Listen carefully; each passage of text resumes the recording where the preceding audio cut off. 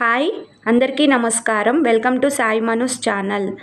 హండీ పెట్టుకొని ఆయిల్ పోసుకోవాలి, సరిపడా పోపు గింజలు వేసుకోవాలి, సరిపడా ఉల్లిపాయలు తీసుకొని కట్ చేసుకొని ఆయిల్లో వేసుకోవాలి. సరిపడా ఉల్లిపాయలు అంటే ఒక 1/2 కేజీ ఉల్లిపాయలు తీసుకొని ఈ విధంగా బ్రౌన్ కలర్ వచ్చేంత వరకు ఫ్రై చేసుకుంటూ ఉండాలి. ఇప్పుడు మనం 15 kgs చికెన్ తీసుకొని హండీలో వేసుకోవాలి. చికెన్ అంతా ప్రాపర్గా కలుపుకోవాలి. మేమైతే చిన్నపాటి ఫంక్షన్ చేస్తున్నామండి.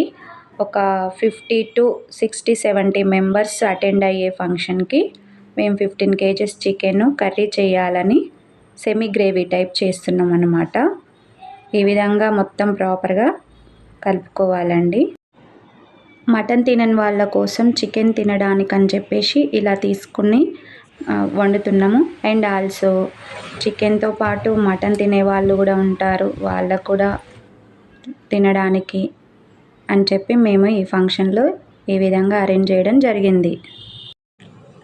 వీడియోలో చూస్తున్న విధంగా మొత్తం ప్రాపర్గా కలుపుకోవాలండి. ప్రతి ముక్క కూడా ఉడికే విధంగా కలుపుకుంటూ ఉండాలి.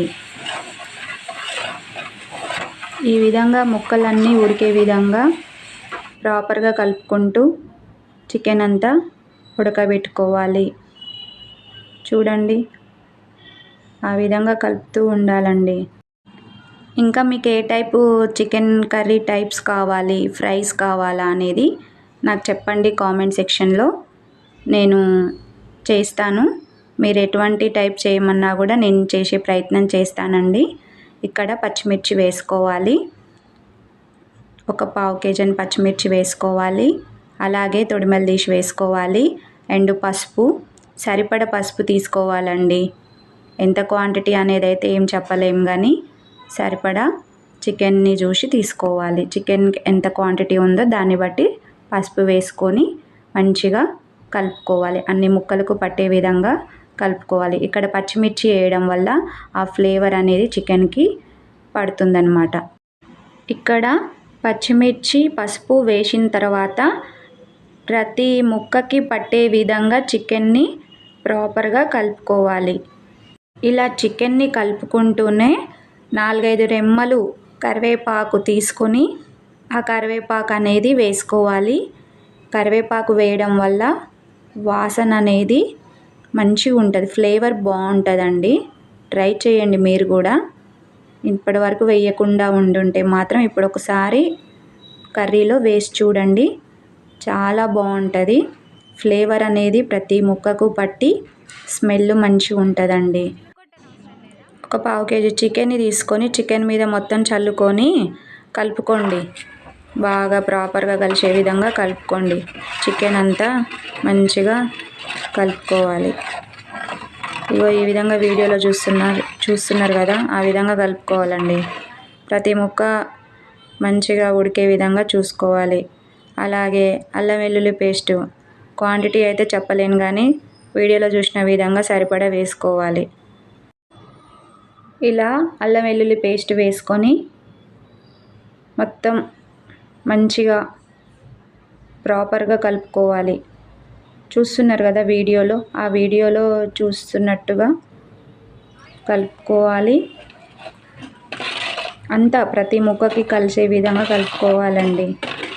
ఇలా కలుపుకుంటేనే ప్రతిదీ కూడా ఆ ముక్కలకు ఫ్లేవర్స్ పట్టి రుచి, వాసన అన్నీ మంచిగా ఉంటాయి.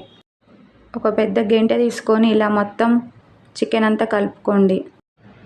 మీ అభిప్రాయం నాకు చెప్పండి కామెంట్ సెక్షన్లో.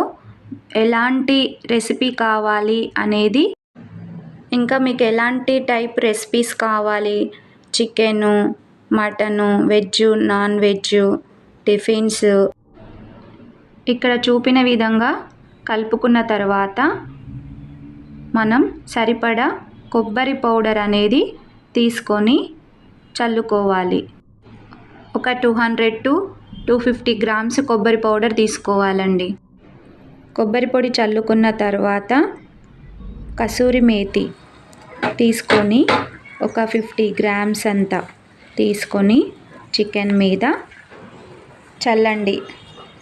కసూరి మేతి మొత్తం చికెన్కి అంతా పట్టే విధంగా చల్లండి. ఇప్పుడు ఈ విధంగా చల్లుకున్న తర్వాత కారం తీసుకోవాలండి. ఒక 6 నుంచి 7 గెంటెల కారం తీసుకొని వీడియోలో చూపిస్తున్న గెంటె, ఆ గెంటెతోటి 6-7 గెంటెల కారం తీసుకొని వేసుకొని మంచిగా కలుపుకోవాలండి. ఇక్కడ మీరు కారం ఎక్కువగా తినేటట్టయితే ఇంకొంచెం ఎక్కువగా వేసుకోవచ్చు కారం. లేదు తక్కువ తింటాము అంటే మనం కొంచెం తగ్గించుకోవచ్చు. సో ఇలా మంచిగా కారం వేసుకున్న తర్వాత అంతా ప్రతి ముక్కకు పట్టే విధంగా కలుపుకోవాలండి. కారం కూడా మంచిగా ఫ్రై అవ్వాలి. ఆ కారం అనేది ముక్కకు పట్టినప్పుడే రుచి మంచిగా ఉంటుంది. ముక్కలకు పట్టినప్పుడే బాగా కలపండి.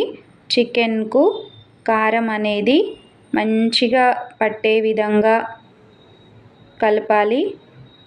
సో చికెన్ అనేది ఆల్మోస్ట్ అయిపోయిందండి. ఇప్పుడు ఒక పిడికెడంతా ఆర్ గుప్పెడంతా కారం తీసుకొని దింపే ముందు చల్లండి. ఇది జస్ట్ కలర్ పర్పస్, బాగుంటుంది చూడ్డానికి, అంతే అండి. చికెన్ మీద ఈ విధంగా కారం చల్లుకొని ఒక్క నిమిషం అలా పొయ్యి మీదనే ఉంచేయాలండి.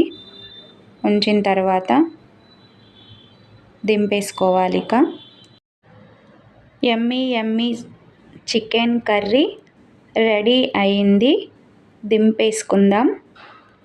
ఇలా పక్కకు పెట్టుకున్న తర్వాత చూడండి కలరు, ఆయిల్ ఎలా ఉందో.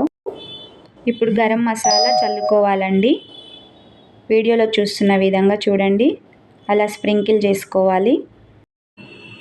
ఇప్పుడు గరం మసాలా చల్లిన తర్వాత కలుపుకోవాలండి ఒకసారి మొత్తం చికెన్ అంతా, ఆ మసాలా అంతా పట్టే వరకు. ఇప్పుడు ఇందులో చికెన్లో స్పెషల్ ఇదే అండి, సాంబార్ పౌడర్ కొంచెం చల్లుకోవాలి. ఇది చల్లితే బాగుంటుందండి. ఎప్పుడైనా ట్రై చేయకపోతే చేసి చూడండి ఈసారి. ఒక్కసారి నన్ను నమ్మండి, చూడండి మీరే, టేస్ట్ చాలా బాగుంటుంది. ఈ విధంగా కలుపుకోండి. మొత్తం మంచిగా కలుపుకోవాలండి. ప్రతి ముక్కకి గరం మసాలా, సాంబార్ పౌడరు పట్టే విధంగా కలుపుకోవాలి. ఇప్పుడు పుదీనా, కొత్తిమీర తీసుకొని ప్రాపర్గా చల్లుకోండి. చూడ్డానికి కూడా బాగుంటుంది.